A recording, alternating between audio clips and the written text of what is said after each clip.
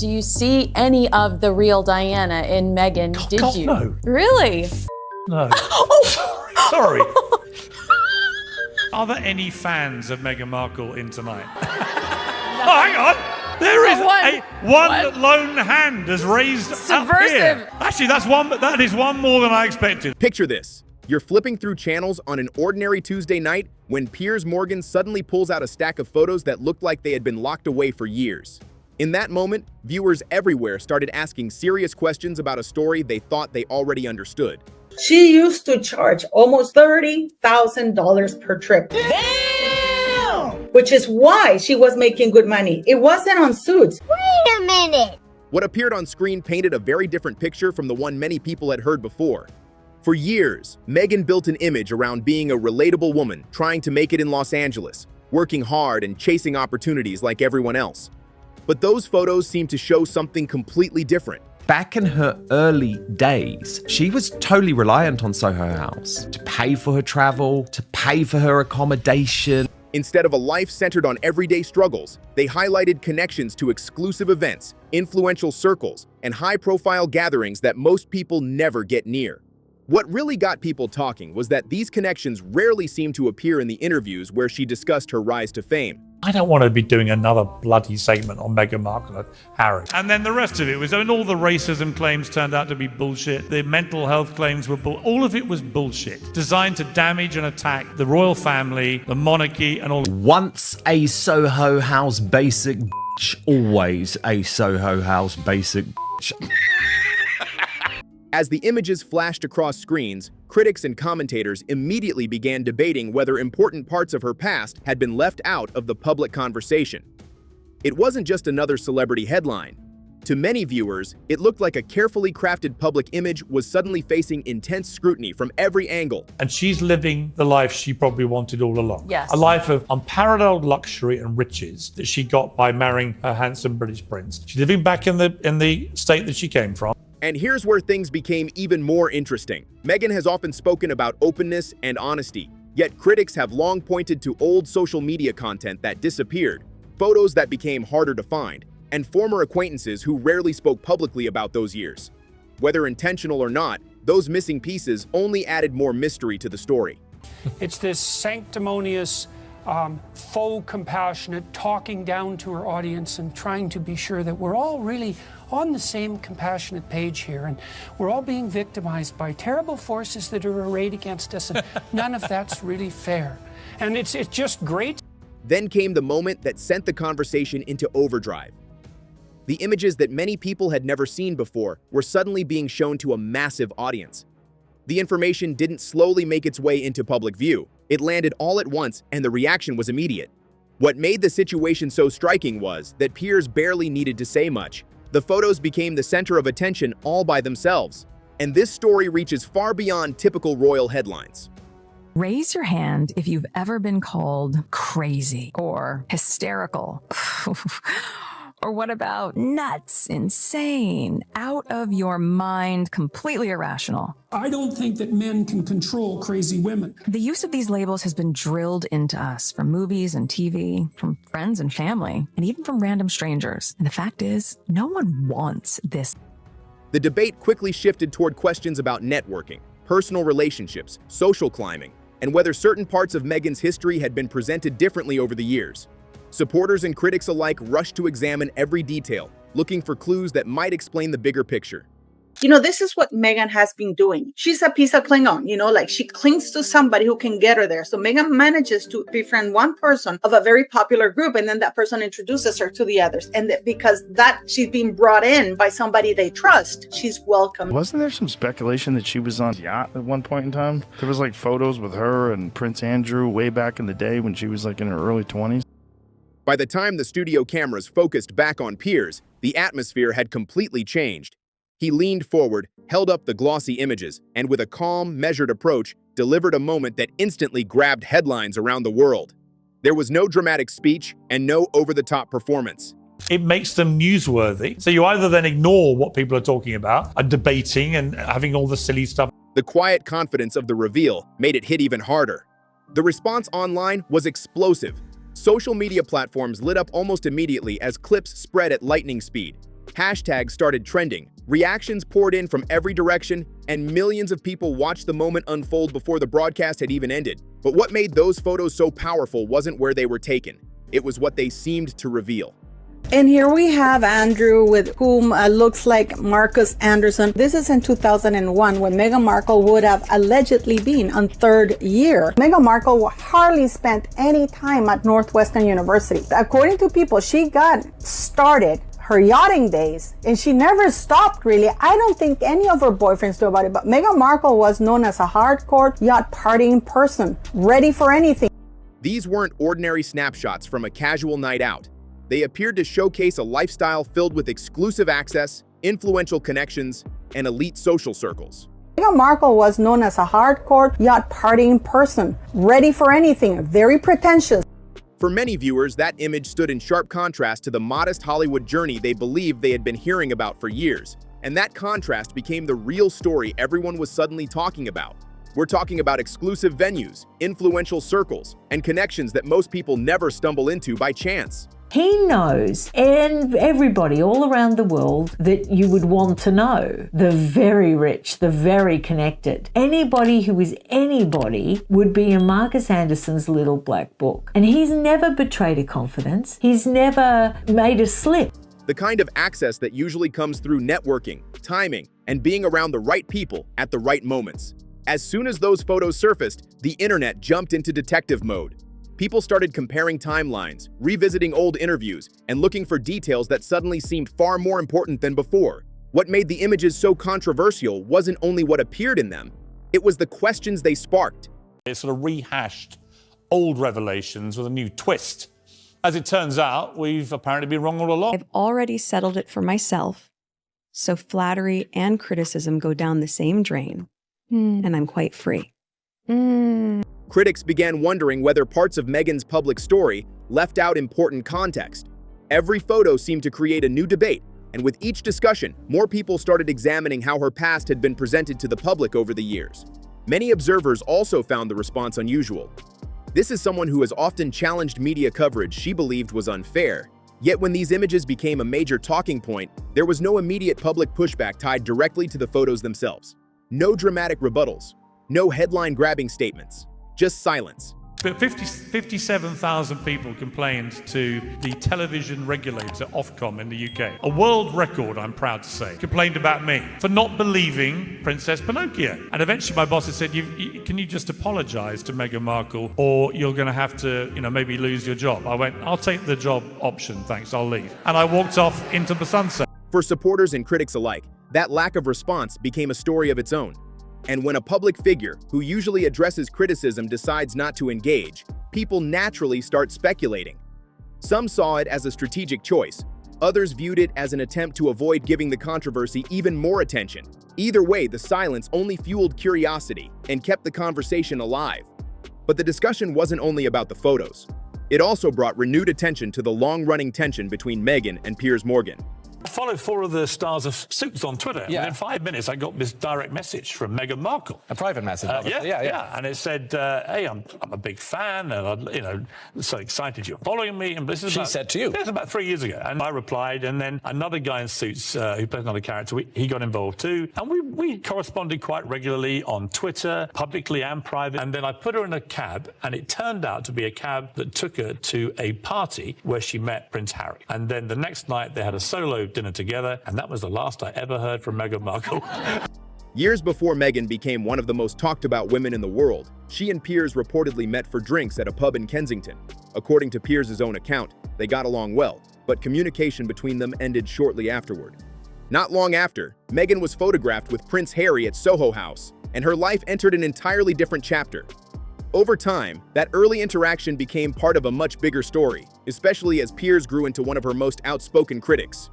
What did you make of that, Jordan, to be suddenly appearing on Meghan Markle's podcast as a villain? The first who was thing I make calling of women crazy is that the first thing I make of it is that her voice drips with the same falsehood that the voice of Kamala Harris drips with. Then came the Oprah interview, a moment that intensified the public divide and turned an already heated feud into a headline-making battle watched around the world. Reports later suggested that a formal complaint connected to Meghan had been made regarding Piers' comments, adding another layer to the conflict. From that point forward, every new clash between them seemed to carry more personal weight. To many observers, these newly discussed images weren't just another news segment, they became another chapter in a dispute that had been building for years. But there's another figure whose name keeps appearing whenever people discuss Meghan's journey, and many outside elite social circles may not recognize him immediately. And we also have this. This is Karina Shuliak. And the only times she traveled and went anywhere was with him. And guess who's on the other end with her Panama hat? That name is Marcus Anderson, a senior executive associated with Soho House. While Meghan has publicly described him as a close friend, commentators have often pointed out how frequently their paths appeared to cross during major stages of her life. Whether in Toronto, London, or Los Angeles, Marcus seemed to remain a familiar presence throughout key transitions in her career and personal journey. And because of his role, Marcus occupied a position connected to some of the most exclusive social environments in the world. Harry, who's that standing next to the Queen? Is that a servant? That's what Harry wrote in his book Spare. How stupid is this man that he actually believes it? Or is it that he wanted to believe it? That meant access to private events, influential guest networks, and behind-the-scenes spaces that rarely become visible to the public. For people trying to understand the connections surrounding Meghan's rise, that detail has become another fascinating piece of a much larger puzzle. For someone working hard to shape a public image, having a well-connected figure like Marcus Anderson in their corner could be incredibly valuable. Meghan Markle was introduced by Sarah Ferguson to Prince Harry. Meghan Markle was introduced through Marcus Anderson to Sarah Ferguson. He said Miss Markle was a close companion to Prince Andrew. His name has often surfaced in discussions about Meghan's rise, with some commentators suggesting he was more than just a friend.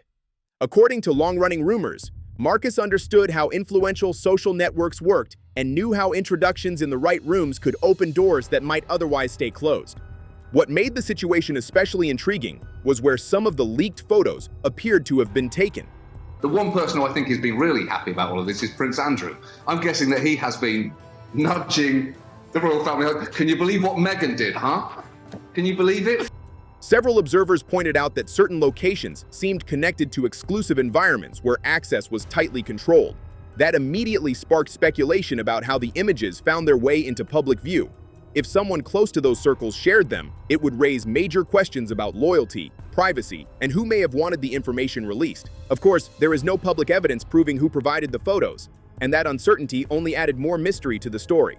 And I know what you're going to say. Maybe it was just that one trip. No, there were quite a few trips. There's actually quite a lot of pictures about them. But of course, they're not made public. But there's 2 pictures that leaked. In my opinion, in my analysis, and my experience of decades, this kind of analysis, for me, is the real deal.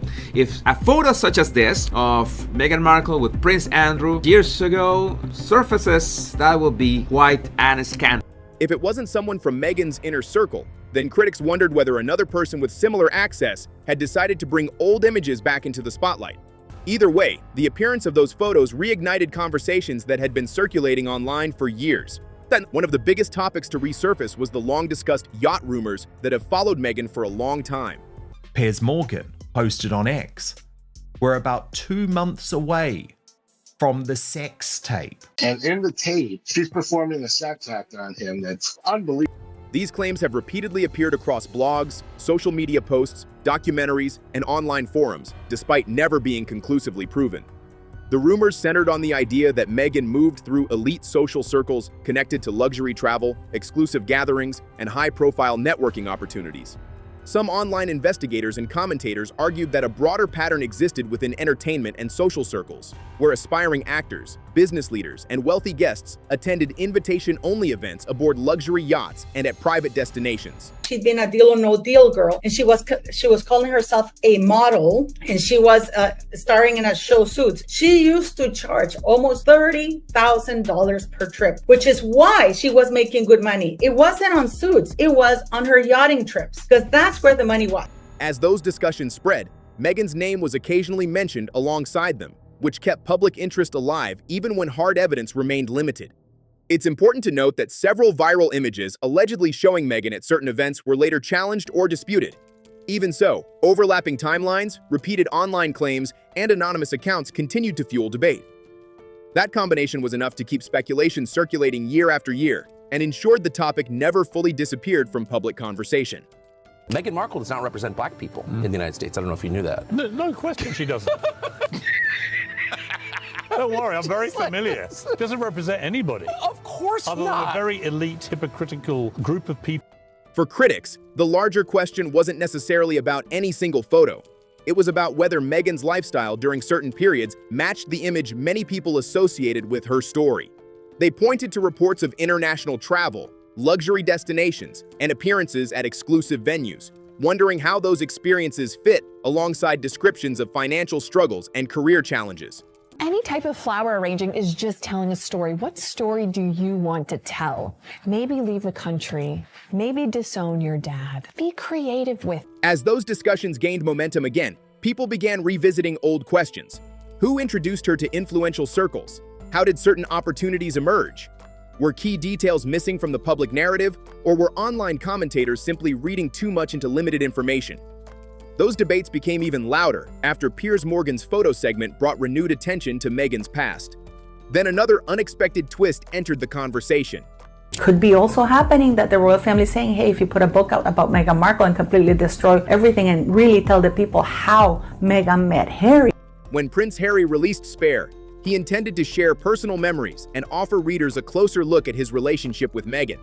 But some critics believed parts of the book unintentionally directed attention toward areas of Meghan's past that had already attracted public curiosity. In several passages, Harry described Meghan's connection to Soho House and portrayed it as a place she visited frequently and felt comfortable in. It was planned from the beginning. She denied being interested in the royal family, which she totally was. I know someone who knows the ex-husband who said she had a vision board with Prince Harry on it. What was likely intended as a simple personal detail quickly became another talking point for online commentators who saw it as one more piece of a much larger story they were already trying to put together. In Spare, Harry describes early dates, private dinners, quiet meeting spots, and staff members who seemed very familiar with Meghan long before their relationship became public. She has to blame her own choices, her own preferences, and blame it on others because she doesn't have the balls or the ovaries to admit that that's how she likes. For many readers, those details came across as romantic and personal.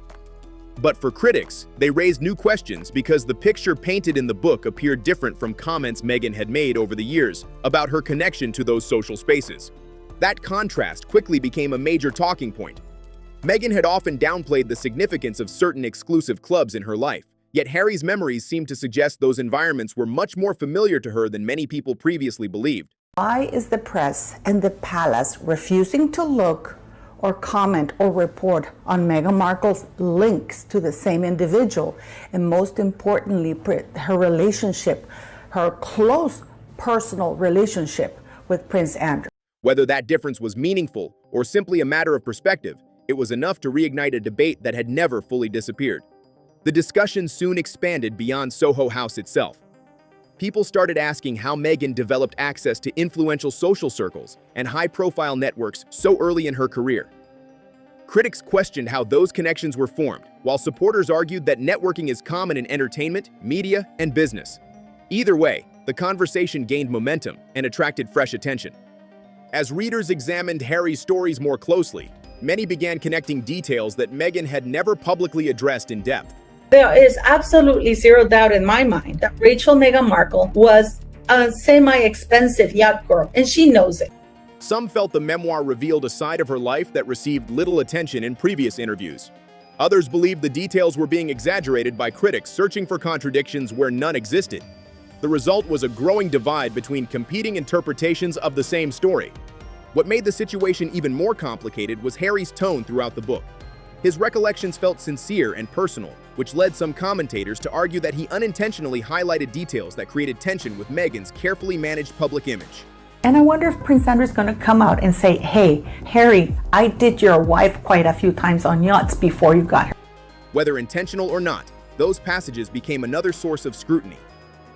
Then came the leaked photos and the renewed media attention surrounding them. Once critics began comparing the images to details found in Spare, the discussion intensified. Online commentators, journalists, and social media users started linking different pieces of information together, creating theories and timelines that spread rapidly across the internet. At the center of it all was Meghan's response, or more accurately, the lack of one. I mean, she used to be on Was Deal or he No infiltrated? Deal. Look, she was on Deal or No Deal. Yeah, that's right. Listen, I brought Meghan Markle, whatever her name is, to my Deal or No Deal celebrity golf tournament. She was one of my Deal or No Deal girls that were, she was a caddy for all of my... For someone frequently associated with carefully managing public messaging, her silence became one of the most discussed aspects of the controversy. Observers pointed out that she had challenged media narratives in the past when she believed they were inaccurate or unfair, making the absence of a direct response stand out even more.